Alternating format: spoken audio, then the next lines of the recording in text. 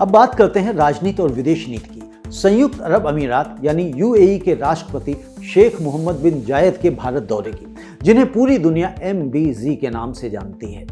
19 जनवरी 2026 को MBZ यानी कि मोहम्मद बिन जायद का ये भारत दौरा सिर्फ 2 से 3 घंटे का था, लेकिन दोस्तों इस छोटे से दौरे में इतने बड़े बड़े समझौते हुए कि भारत यूएई के रिश्ते एक नई ऊंचाई पर पहुंच गए। प्रधानमंत्री नरेंद्र मोदी ने खुद एयरपोर्ट पर MBZ का स्वागत किया और ये किसी भी खास मेहमान के लिए भारत की तरफ से बहुत बड़ा संकेत माना जाता है। दोनों नेताओं के बीच रक्षा, निवेश, ऊर्जा, स्पेस, AI और ट्रेड जैसे अहम मुद्दों पर कई MOUs और लेटर्स ऑफ इंटेंट साइन किए गए। ओवरऑल अब हम ये समझते हैं कि आखिर कि ये दौरा क्या लाया और इसका मतलब क्या है। दोस्तों ये दौरा छोटा जरूर था, लेकिन इसके आउटकम्स बहुत बड़े हैं। यूएई आज भारत का तीसरा सबसे बड़ा ट्रेड पार्टनर है और दोनों देशों के बीच कॉम्प्रिहेंसिव स्ट्रेटेजिक पार्टनरशिप पहले से ही मजबूत है। मोहम्मद बिन जायद का ये पिछले 10 सालों में 5वां भारत दौरा था और राष्ट्रपति बनने के बाद तीसरा। प्रधानमंत्री मोदी ने उन्हें भाई कहकर वेलकम किया।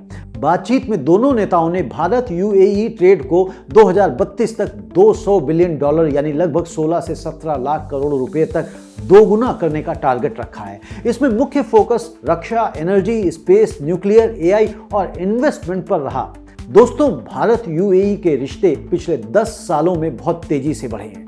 2022 में CEPA यानी comprehensive economic partnership agreement sign हुआ था और इसके बाद दोनों देशों के बीच ट्रेड $50 बिलियन से अधिक हो गया। यूएई भारत को ऑयल और LNG सप्लाई करता है और भारत यूएई में सबसे ज़्यादा निवेश करने वाले देशों में है। इस दौरे की कुछ बड़ी वजहें भी थी। गल्फ रीजन में क्षेत्रीय तनाव, सऊदी यूएई के मुद्दे, यमन और गाजा।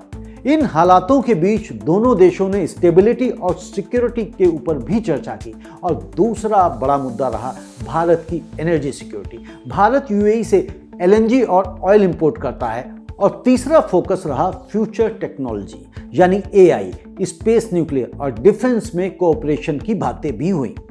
MBZ ने भारत के फरवरी 2026 AI इम्पैक्ट समिट में हाई लेवल पार्टिसिपेशन का भी समर्थन किया है। और अब आते हैं इस दौरे के सबसे अहम हिस्से पर, ट्रेड और इन्वेस्टमेंट की। 2032 तक भारत यूएई ट्रेड को $200 बिलियन तक ले जाने का लक्ष्य रखा गया है। गुजरात के धोलेरा स्पेशल इन्वेस्टमेंट रीजन में भी यूएई ने निवेश के लिए लेटर ऑफ इंटेंट दिया है। गिफ्ट सिटी में यूएई बैंक और DP वर्ल्ड के ऑफिस भी आएंगे। एनर्जी में HPCL और एडनॉक गैस के बीच 10 साल का LNG डील हुई जो करीब $3 अरब का ये करार है और यह 2028 से शुरू होगा। ये डील भारत की एनर्जी सिक्योरिटी को और मजबूत करेगी। इसके अलावा defence industry, advance technology, training, cyber counter terrorism और स्पेशल ऑपरेशंस में कोऑपरेशन पर भी समझौते होने के आसार हैं और इस पर एक फ्रेमवर्क एग्रीमेंट जल्द आने की हमें उम्मीद है। ये सभी समझौते भारत की एनर्जी, डिफेंस और टेक्नोलॉजी इंडिपेंडेंस को मजबूत करेंगे और यूएई को भारत में बड़ा इन्वेस्टमेंट का अवसर मिलेगा। हालांकि इसमें कुछ चुनौतियां भी हैं। दौरा छोटा था इसलिए डिटेल्ड डिस्कशंस कम हो पाए। गल्फ में यमन और गाजा जैसे मुद्दों के बीच बैलेंस बनाकर चलना होगा। ट्रेड टारगेट काफ़ी बड़ा है और रक्षा व न्यूक्लियर जैसे संवेदनशील क्षेत्रों में इम्प्लीमेंटेशन में समय लगेगा। दोस्तों इस दौरे को सुपरहिट तो कहा ही जा सकता है।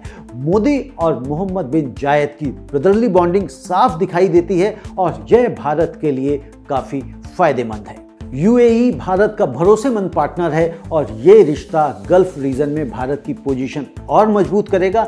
लेकिन अब सबसे बड़ा फोकस इम्प्लीमेंटेशन पर होना चाहिए। अगर ये डील्स जल्दी ग्राउंड पर उतरी तो भारत की इकोनॉमी और सिक्योरिटी को बड़ा बूस्ट मिलेगा। ये दोनों देशों के लिए विन विन सिचुएशन है।